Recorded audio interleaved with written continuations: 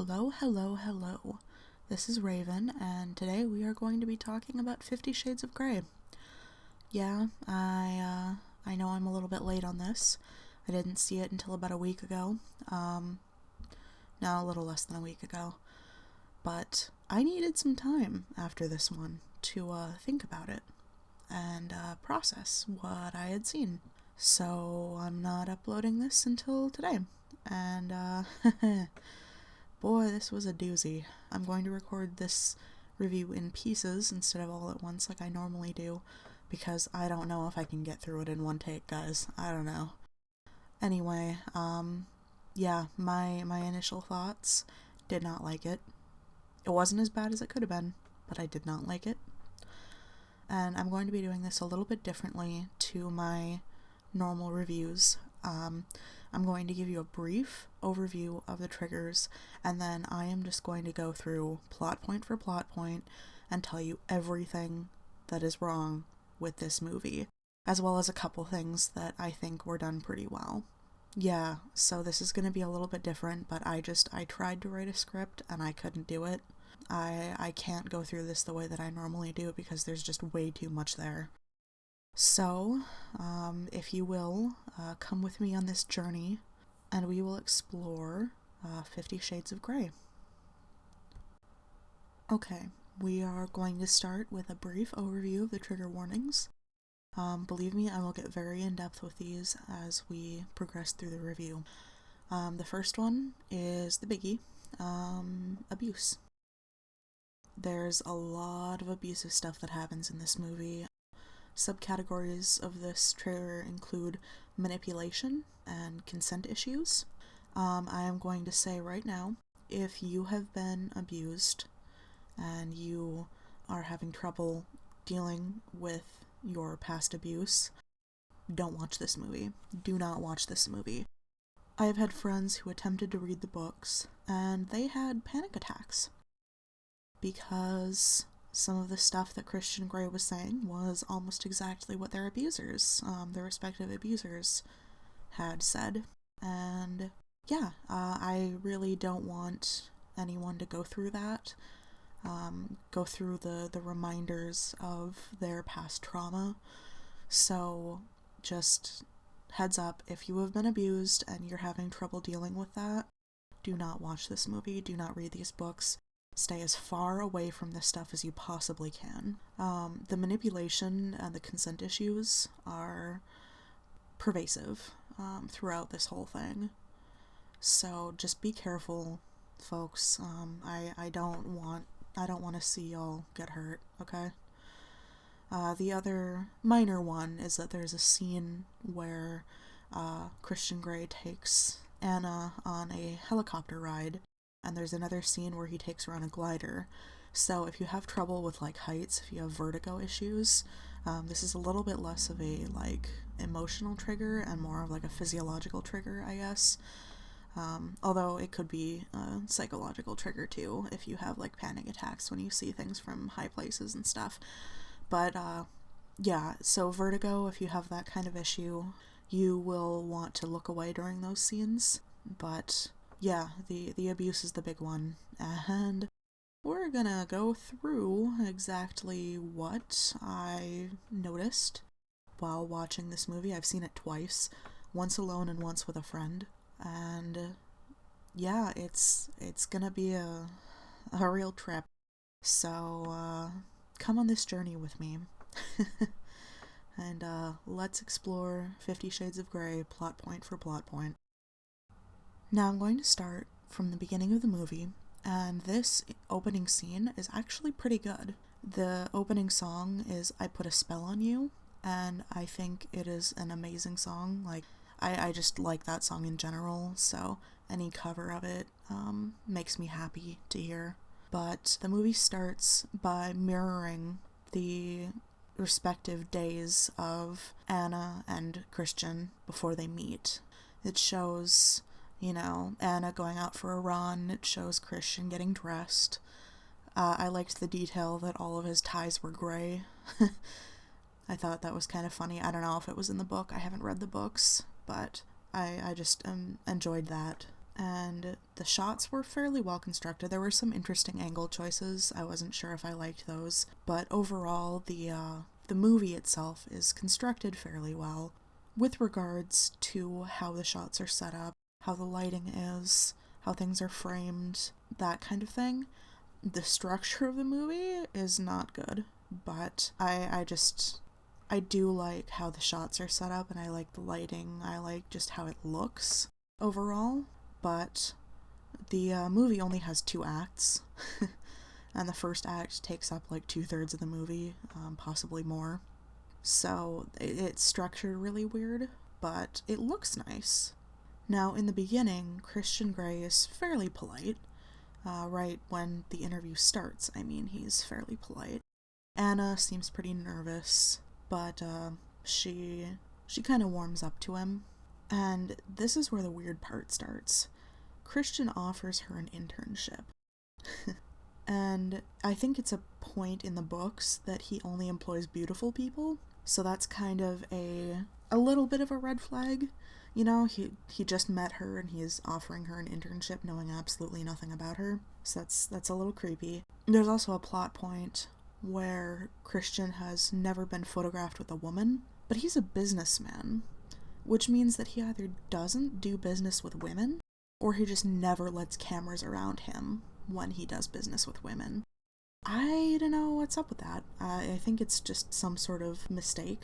I mean, it's meant to show that he is very secretive about his personal life, but it just comes off as sounding like he's really sexist. I'm literally going through my notes. I took detailed notes while I was watching the movie, so I'm cutting out long stretches of silence as I read over my notes. But this is where I am going to give you a warning. After this point, we are going to talk about some really creepy stuff. A lot of abuse, a lot of manipulation, a lot of consent issues.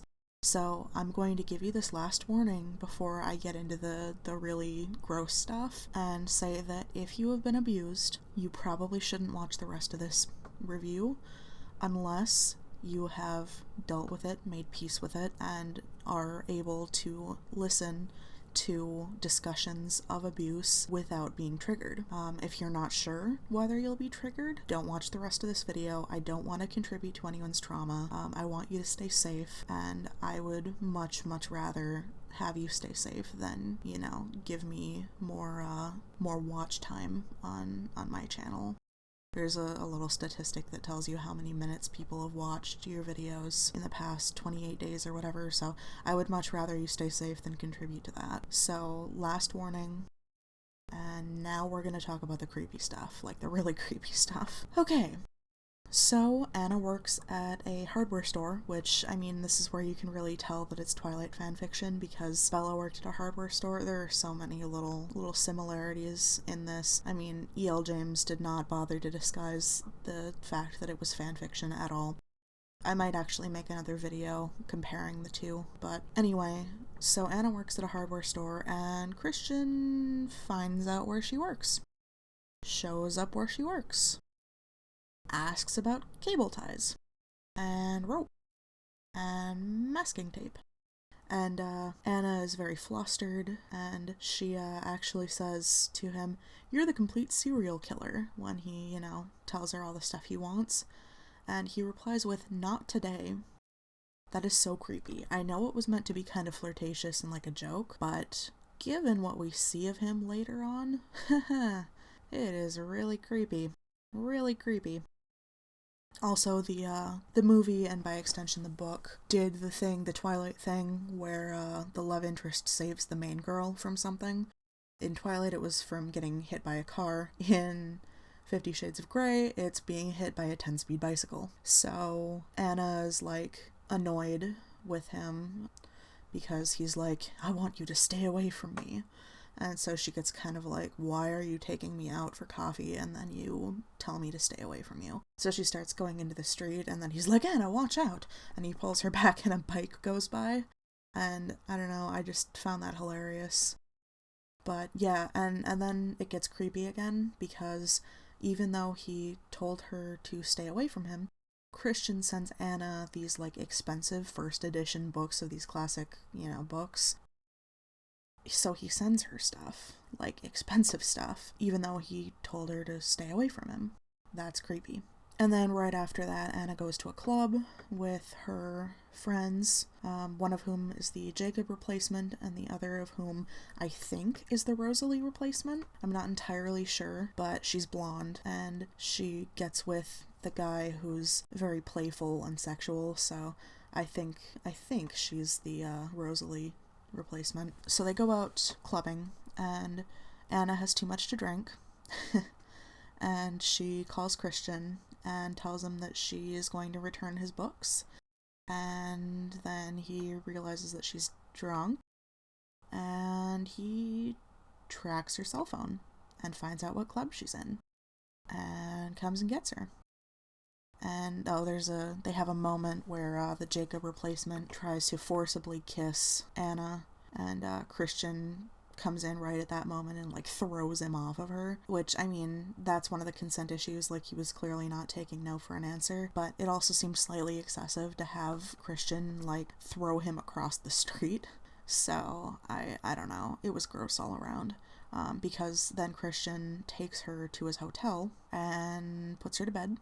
He also undresses her, although he does give a fairly good reason for it, because she had thrown up and her clothes were covered in vomit, so he didn't want to put her to bed like that, so he undressed her and like put her in a t-shirt, well, not a t-shirt, in one of his shirts, and put her to bed. But really, I was talking to my friend about this, and what he should have done was he really should have like called her friend and been like, this girl is drunk, she needs somebody to help her get to bed. You come and help me, put her to bed. You can undress her, because they know each other. Her friend is her roommate, and she's like her best friend. So, I mean, it would have been a lot less creepy if he had asked her friend to help undress her, so that at least it would be someone that she knew and she wouldn't feel as gross about it. But whatever. And Anna was worried that they had had sex because she couldn't remember the night before, and she woke up in the bed, and he said that he had slept next to her, which is another creepy thing. And he said necrophilia is not my thing, which he means somnophilia, but whatever. I don't know, that was just weird. And this is another abusive part, where he says, I'm all for testing the limits, but you put yourself at risk. So he's like blaming her for putting herself at risk, he said, and he's admonishing her for going out and having fun with her friends and being way overprotective of her, despite the fact that he only met her like twice, maybe 3 times, whatever. He's just being really gross and possessive of her. And then he also says, if you were mine, you wouldn't be able to sit down for a week. And that's like the first indication, besides some playful banter in the interview that she did with him, that he's, a sadist. He says he's a dominant, but what he means is he's a sadist. So yeah, he says that she wouldn't be able to sit down for a week if she were his, and that's creepy. That's really creepy, because he's, equating her to a possession, and he's saying that he would have physically punished her. And I know that, BDSM stuff does include punishments, but there's a difference between, a healthy BDSM relationship where people are getting mutual benefit out of the activities that they are partaking in, and abuse. So another thing that reminds me of Twilight is that he is incapable of leaving Anna alone, which, yeah, that's another red flag. If a guy tells you that he can't leave you alone, probably best to cut ties with this guy, maybe move to a different city, maybe change your name even. Yeah, he also says that he won't touch her without her written consent, which, written consent is not total consent. That's like a baseline consent. Consent is an ongoing thing. It is something that you can never assume just because someone has said yes once, but he considers her written consent to be like the ultimate consent, which is creepy. And he's plying her with gifts and telling her that he can't leave her alone. He treats her like she's made of glass, which is weird. He actually buckles her into the helicopter, which, like, it's 3 buckles. She can do it herself. The soundtrack also, by the way, takes kind of a dive after the first song. It turns into like weird, I don't know. It goes weird, like it's trying to be popular music, but it just comes across as really watery. He also has her sign a non-disclosure agreement, which, I mean, I get that it's for business purposes, like he doesn't want his personal life to leak into the tabloids. But given what happens throughout the course of the movie and how, well, domineering, because he's not just dominant, he is domineering. So given how domineering he is over the course of the movie, the non-disclosure agreement, the fact that she can't talk about their relationship with anybody else, it's on a really creepy tone. There is kind of a funny line, though, around here. He's going to show her his playroom, he calls it. So he's like, I'm going to show you my playroom. And she goes, oh, like your Xbox and stuff? So it's kind of funny how clueless she is. I liked that moment. And Anna's initial reaction is pretty normal. She just goes wide-eyed and she goes, oh my god. And she's like poking around at stuff. But when she starts asking questions, the scene gets annoying and gross. It gets annoying and gross pretty quick. Because Anna goes, what would I get out of this? Meaning a relationship that is, you know, a BDSM relationship. What would she get out of being his submissive? And he goes, me. So, way to be a self-absorbed jerk, you know? It's also a red flag because he doesn't say pleasure. That would have been the correct answer, honestly, because a BDSM relationship, a healthy BDSM relationship, is all about mutual satisfaction. And Christian clearly does not care about Anna's satisfaction. He just wants to satisfy his own desires. And he considers the women that he dominates to be objects to fulfill his desires. So that's gross. I mean, she's asking smart questions too, but she does not seem put off at all by his cold and domineering nature, although I think that's the Twilight coming through. Okay, so the first sex scene happens because Christian finds out that Anna's a virgin. And he's like, where have you been? And she goes, waiting. And that's weird. That's weird and gross. Quick thing before I get to the sex scene itself. During the nightclub scene, Christian sends in his brother to distract Anna's friend, her roommate, so that he can take her back to his hotel. And the roommate and Christian's brother have sex, and they start dating, I guess. You see her later in a scene at Christian's family's house, but I think that is so creepy that just to make sure that nobody interfered, he sent his brother as bait to distract the friend so that he could have Anna all to himself. That is so weird. Now, I should also add that less than a minute after Christian says that he won't touch Anna without her written consent, he kisses her in the elevator. He says, fuck the paperwork, and kisses her very forcefully. She's very into it, she's very flustered after it's done, but for a guy that's really insistent on a contract, he sure does a hell of a lot to Anna without a contract. But the first sex scene that they have is actually surprisingly sweet. Christian seems to be doing his best to make her enjoy what's going on, like to give her pleasure. And out of context, the scene is actually very nice. However, in context, it's really creepy because it seems like he's just trying to sweeten the deal, you know, to make her like get attached to him and be like, you know, this is how good it can be, so you have to earn that, which is really creepy and abusive and manipulative and just gross. But that sex scene is kind of nice. I do have to mention too that I was not watching the American cut of the movie. I was watching, I think, the Chinese cut, but so about 5 minutes were cut out, and I think it's all from the sex scenes, so I can't really speak to like how erotic the sex scenes were, because I'm sure some parts of it were cut out,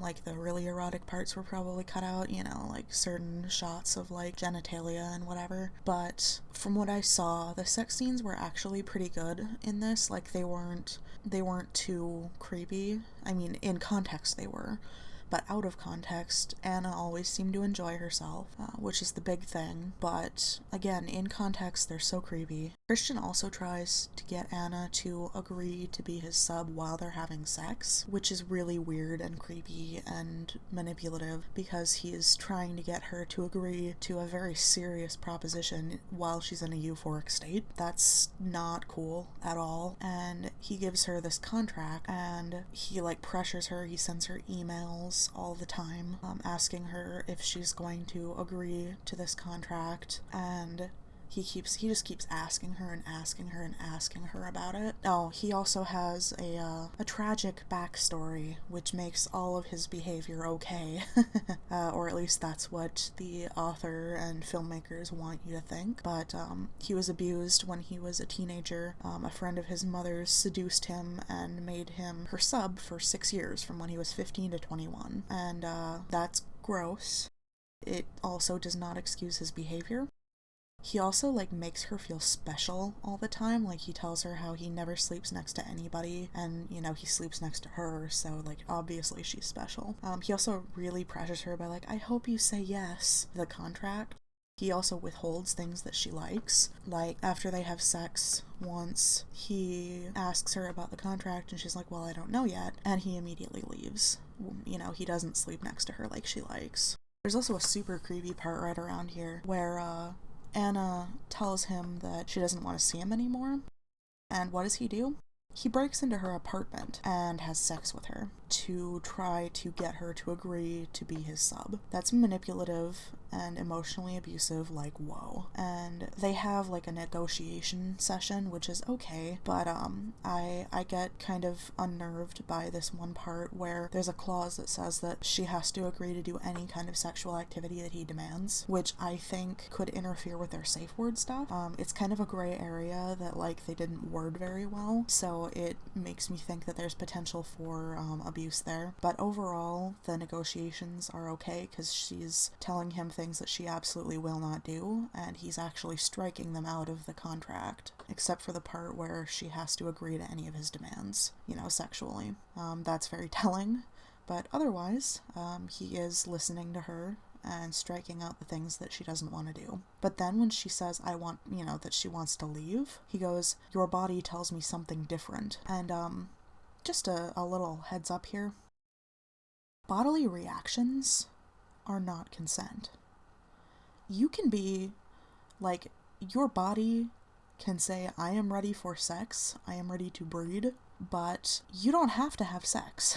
It's not a necessity, you know? It's not like you're gonna die if you don't do it, and you don't have to want to do it, even if your body is saying you do. So that is super gross and manipulative and emotionally abusive. But then at her graduation, he's like the keynote speaker or something, and he shakes her hand after she gets her diploma, and he's like, her college diploma, she's like 22 or 25 or something, and he goes, just try it my way, please.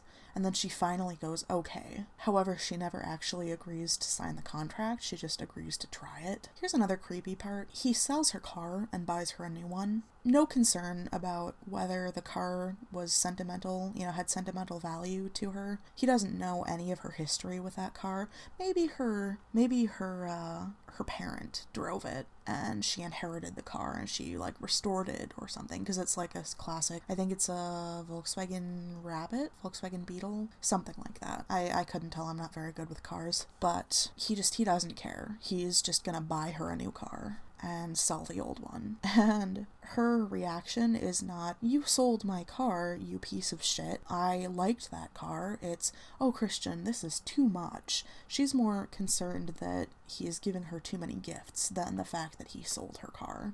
That's gross, really gross. He also, when they finally get into, like, BDSM stuff, well, more into it, he spanks her, and, 'cause she, like, rolls her eyes at him, and, again, she still hasn't signed the contract. He just does it. And he doesn't give her any aftercare. Like, as soon as he's done, he kind of goes, are you okay? And she's like, yeah. And then he just leaves right away. And so after he leaves, she has a breakdown. And she's, like, on the phone with her mother, and her mother gives her a lot better aftercare than he does. because she's like, you know, if you want to visit me sometime, even if it's just for a day, I've got some frequent flyer miles that I can use up so we can hang out and have some girl time. Yeah, this is a pattern. Christian does not give her, like, really any aftercare at all. I mean, it does not show any aftercare. Like, he does a scene with her, he finally takes her into his playroom and, like, actually uses some of his stuff on her, and it doesn't show any aftercare at all. And he shows a complete lack of respect for Anna when they're at dinner at his family's place, because he keeps trying to sneak his hand up her skirt, even though she keeps batting his hand away. As soon as she tells Christian's family that she's going to visit her mother the next day, I think she either lives in Georgia or Florida, I think it's Georgia, but as soon as she tells them that, Christian gets all huffy, he throws a fit, he excuses both of them from the table. He doesn't, like, do anything in front of his family, but he excuses both of them from the table, takes her outside, walks really fast, and when she can't keep up with him because she's wearing heels, he literally picks her up and carries her away and starts admonishing her. Although during this scene, Anna's a little bit weird on the consent too, because Christian has said repeatedly, it's even in the contract, that he doesn't want to be touched. And Anna has seen firsthand how he reacts when she tries to touch him. But she keeps trying during this scene. She tries to touch him and she goes, "Let me touch you." And he clearly doesn't want it, but she's trying, and I get that she wants to make an emotional connection, but when she's seen that he reacts badly when she tries to touch him, like,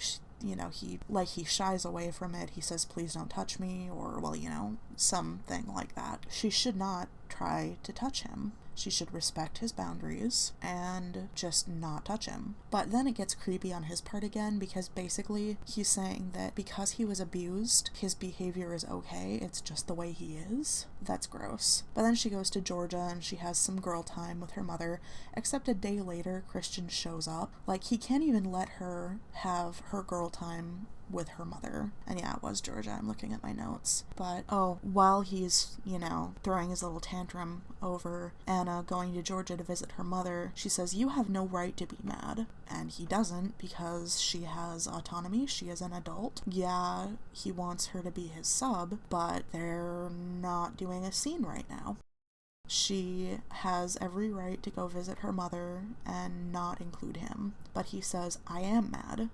Palm twitchingly mad, so he's threatening to hit her. I don't have to explain why that's abusive, but yeah, so he comes to see her when she's in Georgia, and he takes her on this, like, glider thing. It's like a plane that has no engine, it's towed by another plane, and then it, like, glides when you let it go, and he's very clearly trying to ply her with, like, expensive things. Like, look at all the things you can do, look at all the things I can give you if you're with me. And that's just really gross. Also, he, around this time, I forget the context, but he says, "Fuck the contract," because she says, "I haven't signed the contract," and he's like, "Yeah, you know, fuck the contract."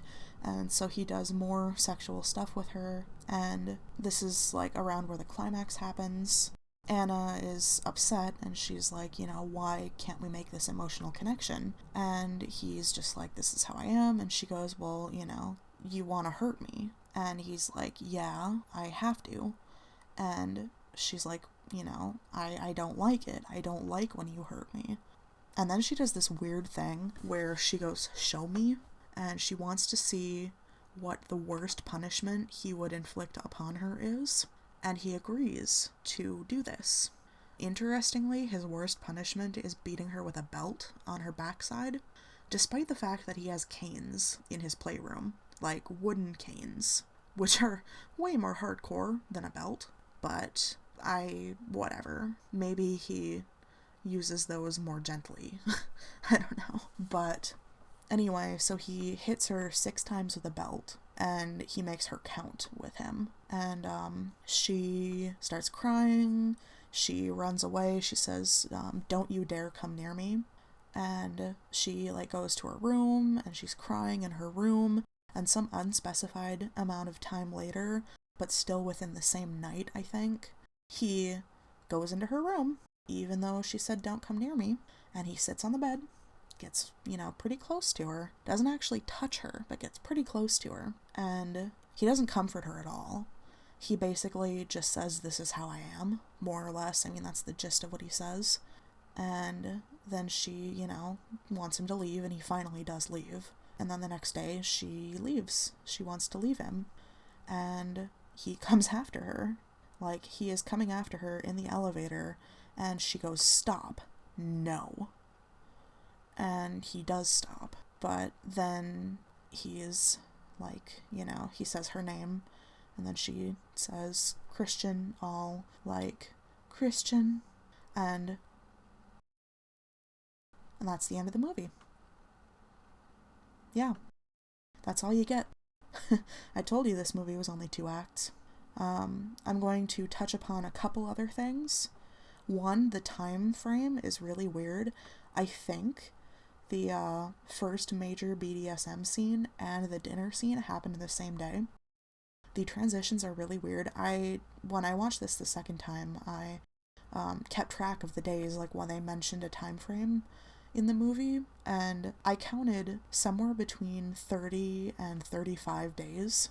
This happens over the course of about a month, and that's being kind of generous. Unless there was some major time skip that is never explained that I just didn't catch. Yeah, it took place over about a month. And that's weird. And there's another abusive part, like, there's another really questionable and pretty much abusive part where Christian says, "I'll be utterly devoted to you." I think that was his exact words. Or he just said, "I'll be devoted to you." And yeah, he'll be devoted to her physically, but he won't have any part in her need for an emotional connection. Like, he is just going to completely ignore that part of their relationship and only focus on the physical. So he'll be devoted to her body, but to her, her mind, her emotions? Oh, no, of course not. So what did I think of the movie overall? Well, it looks nice. The filmmakers did the best that they could with the source material. However, it is polishing a turd. This is a piece of shit movie.